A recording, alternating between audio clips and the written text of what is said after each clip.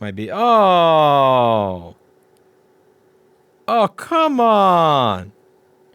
You fucking piece of Paul Q dog shit garbage. Hey everybody, how's it going? Today, we're going to be working on a MacBook that appears to not be working. This MacBook has been liquid damaged. We're going to see if we can fix it and make it work again.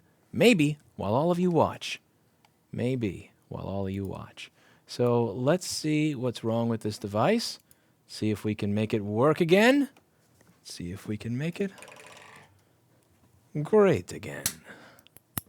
We have a MacBook. It's the first thing I'm going to do. Same thing I always do, Pinky. Try to take over the world. And unplug the battery.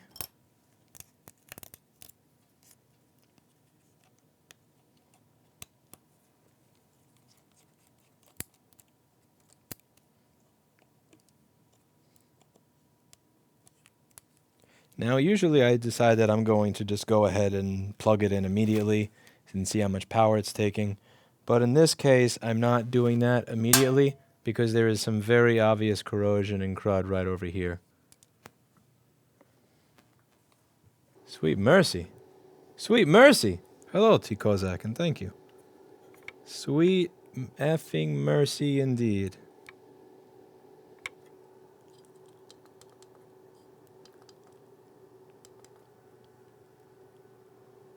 Alright, so you can see that there's this corrosion over there, and that's not fun at all. So, I'm pretty sure that this person's trackpad connector is going to be destroyed. Okay, I was wrong. The trackpad connector is actually in fine condition. Interesting. The battery board has liquid damage on it. That doesn't bode well.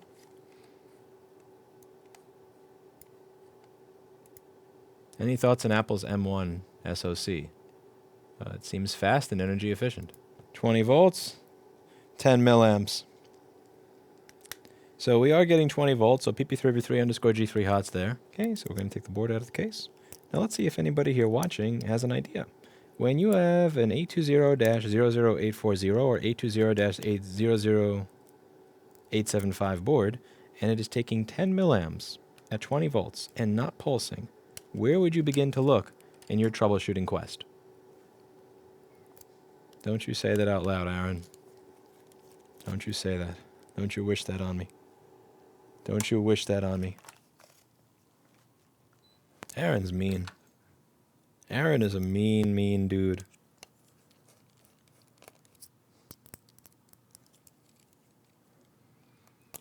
Yeah, this is why I don't read Twitch chat. The answer that Twitch chat gave me was, Not even, It was, with a bunch of U's before the H. Oh. Kind of sounds like an ogre getting bloodlusted in Warcraft 2. Anybody remember that noise? What was the noise of an ogre getting bloodlusted when he's an ogre mage in Warcraft 2? By the way, you should be able to see what's wrong from here. I can see what's wrong from here, and I'm wasting my time on this piece of shit anyway, which I really shouldn't be doing. Can anybody see what's wrong from here? I'll give you guys a little bit more zoom. How's that? Yeah, you get a little bit more zoom. Okay, so can you guys tell from here why this is likely going to be a giant waste of my time? Let's see if any of you know. Why is this board a giant waste of my time? And why am I even taking this out of the case? Why am I taking this out of the case? Mama,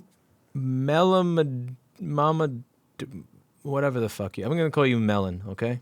Melon is correct in YouTube chat. Yes, CPU MOSFET looks mega fucked, which means this is a giant waste of time because it means the CPU most likely got a nice little jolt of 12 volts. That is gross. Now, I'm totally wasting my time here, and I recognize that I'm wasting my time here. I grabbed the wrong shit. And I'll go over and I'll show you in the schematic and the board view in a moment, if I can get Flex board view to open properly, why this is most likely a waste of time that's not going anywhere. So why is this board a tremendous waste of time? Excellent question. Excellent question. So let's go over to U7420 and get an idea of what this chip does, shall we? So here's what this chip is going to do. Are you ready? This is kind of like a set of two transistors. You have PP bus G3 hot. This is the main 12-volt rail for the computer. This is going to come straight from the battery. It's 12.56, 12.6 volts. It depends on on your charger or your battery, how much it charges. So let's just say it's about 12 volts, right? And what this is going to do is it's going to turn 12 volts into a bunch of little pulses. And those little pulses will eventually average out to around 1 volt for the CPU. This is PPVCC-SO, PPVCC-GT_SOG. And as you can see, this is a power rail that is going straight to the CPU. Now, if you don't know how a buck converter works, that's totally fine. Most people don't know how a buck converter works until they learn. So I will show you on the screen on a beginner's guide, which I think is really useful for people to read so that they can learn a little bit on how all this stuff works. We are going to put that on the screen in a moment once I make sure that I don't have anything else on my screen that you guys should not be seeing. So let's just make sure there's nothing on the screen that you shouldn't see. Okay, here we go. So this is my little training guide. And to be clear, if you're watching this and you're an engineer, this video is not for you. It's not for you. You're going to get mad at me for the way I explain things. So if you're an engineer, you should probably click away. I made this sheet so that it could make people as stupid as me understand how this, have a hope of understanding how shit works. So this is a buck converter, right? You got... you have your chip that's going to control the transistors. The transistor is like a light switch. So you got your 9 or your 18 volts up here, and it's going to switch it on, off, on, off, on, off. So you're going to have pulses of 12 volts over here. And then once it goes through the inductor and has these capacitors to ground here, it's going to smooth it out. So it winds up looking like this. So let's say you have 8 volts up here, but you want it to be 1 volt. What you do is you send a little bit of 8, a lot of 0. Turn it on for a moment, a little bit of 8, a lot of 0. A little bit of 8, a lot of 0. And when you combine 8, 0, 8, 0, you kind of get this average out over here after the inductor. It smooths it out. Instead of being a little bit of 8 and a lot of 0, it smooths it out into a nice even 1 volt. So that's what we're looking to do here. Now, if you take a look at the schematic in the board view, what you'll see is my depressing current situation, which one moment I'm just minimize back to here. So my current situation is when this gets a bunch of water on it, what do you think happens? It's no longer going to switch on, off, on, off, on, off. It's going to stay on for a little bit too long. Now, what happens if this stays on a little too long? Instead of it being a little bit of 12 volts, a lot of 0, you're going to get a lot of 12 volts. Maybe it'll get stuck on at 12 volts, and then the CPU, which is right in front of it, winds up getting punched in the face with 12 volts. This CPU doesn't want 12 volts. It wants 1 volt, which is why I'm calling this a waste of time. When a buck converter malfunctions, it can usually malfunction in one of two ways. Either A, it doesn't put out jack shit, or B, it puts out way too much for a short period of time. I'm a QA engineer, and I approve of this document. Thank you, Mario. You probably shouldn't, but I appreciate that. Thank you very much. Now, if we were to take a look under the microscope, this is just, yeah, this is a waste of time. And let's just really go over what makes this a waste of time here. This is how I know that it failed in the wrong direction for me, not the direction of not even working. Do you see how the entire board is doing this underneath the trace? You see that? Like the trace is literally coming off of the board? That means that this is fucked. That means that this is without hope, screwed. Yeah, you got layers into the board over here. This is just a disaster. Now, I'm also going to take a wild guess that PP bus G3 hot is shorted to ground on this board. But now, granted, could something like this sometimes be repaired? Yes, but we're talking about this level of damage that occurred to this area, we're talking about a level of damage occurring that is, how do I put this? This is a level of damage that was enough to actually ripple the board. That amount of damage means that CPU has no chance, like no shot. If we're talking about Core 2 Duo computers, Core 2 Duo MacBooks, maybe. When the Core 2 Duo machines, those machines, like they take 12 volts to the CPU like a champ. But even those computers would have a dead CPU if you had enough damage to make the board ripple. This didn't even need the board to be taken out of the case. I took the board out of the case because I'm an idiot. I'm out of practice as a result of not doing board repair as often as I was before. So I had all these little tips and tricks that would kind of give me an idea whether something's a waste of time and whether something actually had money in it, because it mattered, because I was the one doing the work. And being out of practice means I'm dumb enough to take shit like this out of the case and actually think it has even the tiniest chance. So we are going to put a note in this ticket. CPU MOSFET is on top of a A CPU MOSFET is on top of a mound on the board and burn traces around it. 110%, this guy has a dead CPU in my office. Sad, rip. And next. Hey everybody, how's it going? Today we're going to start working on a MacBook. This is an A1706 that has liquid damage. We're going to open it up and see if we can make it work again. Hopefully you guys will join me along the way. Alright. Fuck me. This thing just jumped into my keyboard. Oh, why are people so fucking disgusting? Why are people so gross? Fuck, this is... Is it that much to ask that people fucking clean their shit? My God. Like, I've never opened one of my computers and had bugs in it. Ever. Ever. Okay. So we are gonna do what we do every time, Pinky. Try and take over the world. I mean, we're gonna unplug the battery so we get an accurate amperage reading from the motherboard.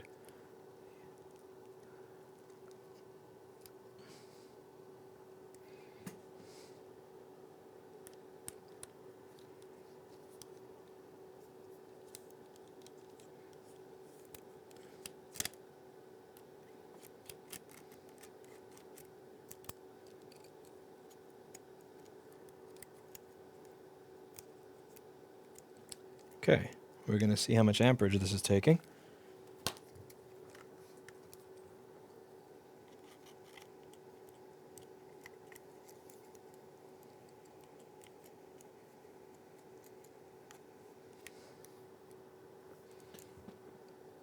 How much amperage are you taking? It's not taking anything, it's not even turning it on. Let's try the other port.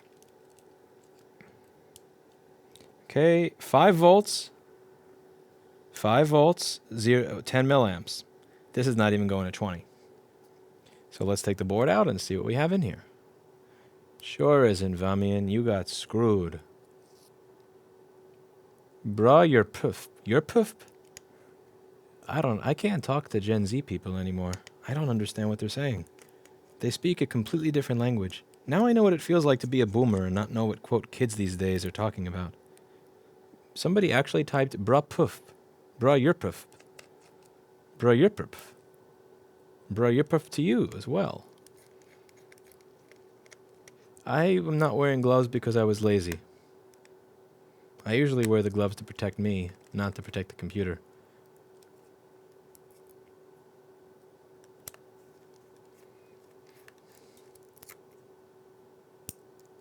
Such is life, Rob Shot. Okay, what other T5? There's this T5 over here, and then the T5 is hiding next to the fan, and the rest I believe is T3.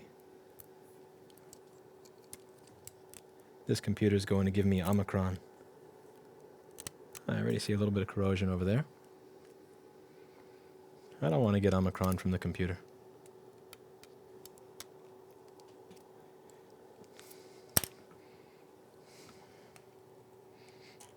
So how's everybody in the chat doing? You all afraid of Omicron?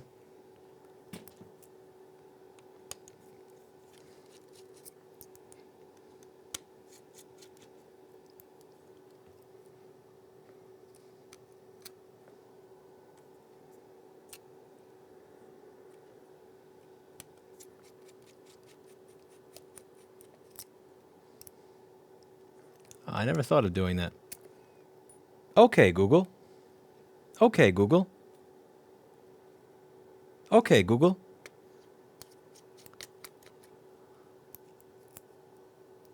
Okay, Google. Okay, Google.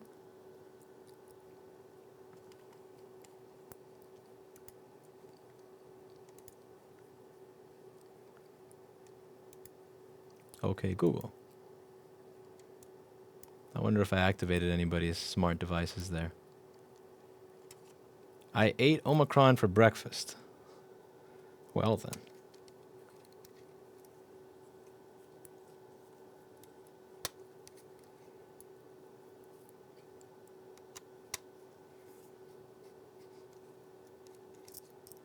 This is an A1706 MacBook Pro with an 820-00239 motherboard.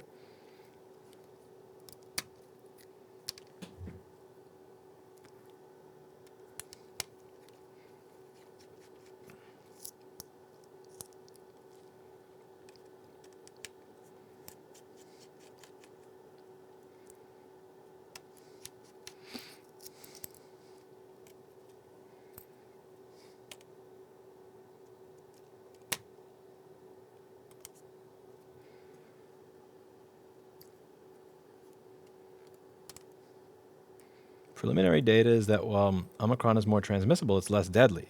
That is what you would want.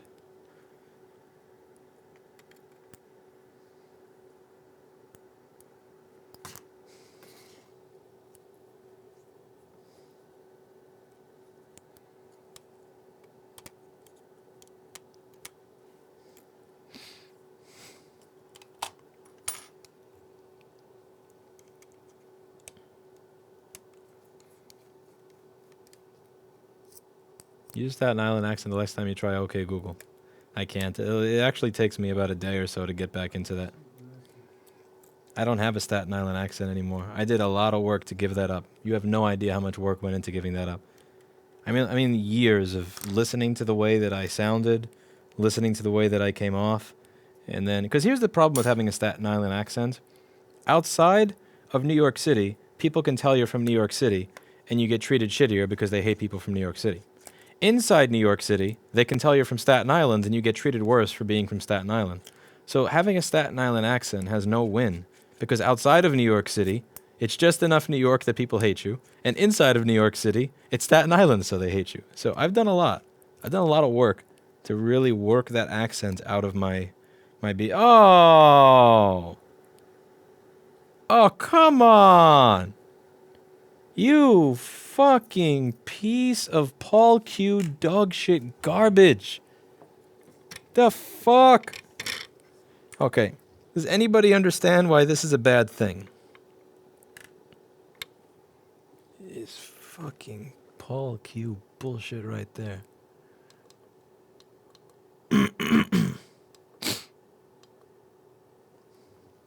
Okay, let's go over why this is a waste of time. Again, by the way, when I Alt-Tab and I'm using Flex Board View, it doesn't have an icon, even though all of my other programs have icons. I wonder if that's Linux's way of telling me that I'm using illegitimate software. It probably is. I don't think that Linux recognizes Paul Daniels' software as legitimate.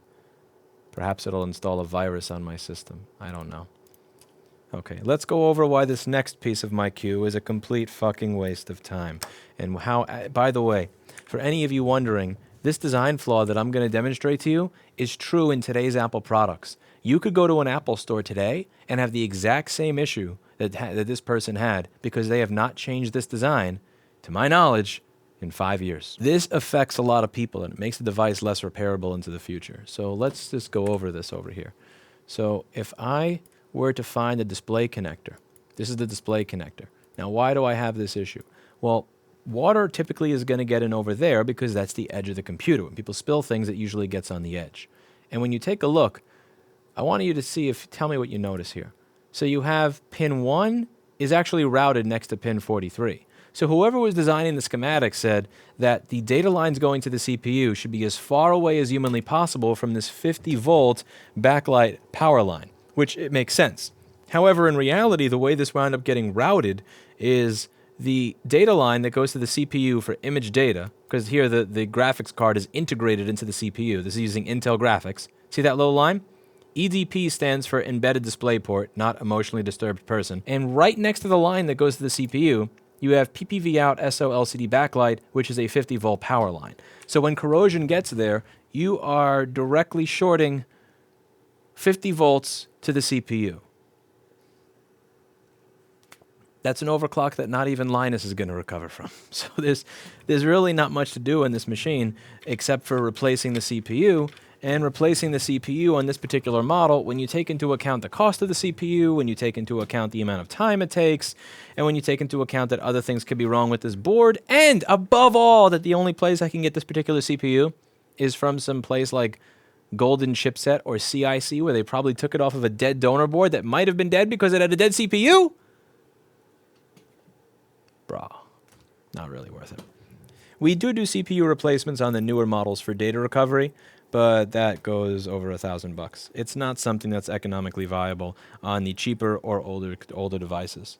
Because sometimes you may have to go through 2 or 3 CPUs to find one that's actually good. It can take several hours. The CPUs cost a few $100. It's just not something that you can really do on a 5-year-old machine and have be economically viable. So this is another one that we will be leaving for Mr. Paul. But so what I was saying. So here's why this is somewhat bothersome. This is still getting designed like this. The newer MacBooks use different processors. They use different mildly different screens, but they use the same pinout. I don't understand the need to put the data line right next to the 50 volts. Do any of you? Again, I'm not an engineer. I'm just a dumbass that couldn't make his way through freshman chemistry in college. Like, I'm not an engineer. I'm not pretending to be an engineer. I'm not pretending to know what I'm doing. Yeah, on this one, you can do data recovery without fixing the computer. It has something called the Lifeboat port on it. And the Lifeboat port allows a technician to connect directly to it, even though it has a soldered-on SSD. They took that off in 2018, by the way. And one of the things that is kind of tragic is that tool is not made available to you or independent repair shops. It's only made available to Apple stores and Apple-authorized repair centers. And many Apple stores will not actually use the tool. I repeat, there are many Apple stores out there that will not offer you the use of that tool. Now, I bought that tool by pirating it on eBay. So some dude was selling them on eBay. I bought mine, not even knowing if it was going to work for a few $100, I think. And then I did a video right after saying, everybody buy this tool. Because I knew that eBay account was going to get deleted like that. And that eBay account no longer exists today. So I'm happy that I did that because I would never be able to get access to that tool again. But we have 2 of them here at the store because I knew that there was a chance of one of them breaking. So I bought 2 of them at the time. So I can get data off of this.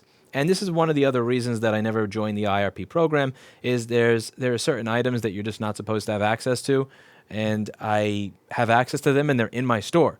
That would be considered contraband in the same way that certain chipsets that I have here would be considered contraband. So for instance, for some of these newer MacBook Pros, some of these newer ones, okay, I don't have a donor board here, but some of the newer ones use a chip like a CD3217. I'm not supposed to get access to those. If I call Texas Instruments, they don't make it available to me. Apple doesn't make it available to their own authorized service centers. I have some of them here. How do I have them? I can't tell you, but I have them. And if I were to join the IRP program, I'm signing up to a program that says that I can be audited at any given time. They can look through the store and see what I have here. And when they see that I have a nice little bin of all these little chips that I'm not supposed to have so that I can do my job, I'm getting fined, kicked out of the program, and a bunch of other things. So just for people who kind of wonder why I'm not particularly excited about being part of those authorized repair programs. You know what would be really cool? Be really cool is if you could actually buy CPUs and stuff like that. But and not have to go to, CIC and crap like that. That's it for today. And as always, I hope you learned something.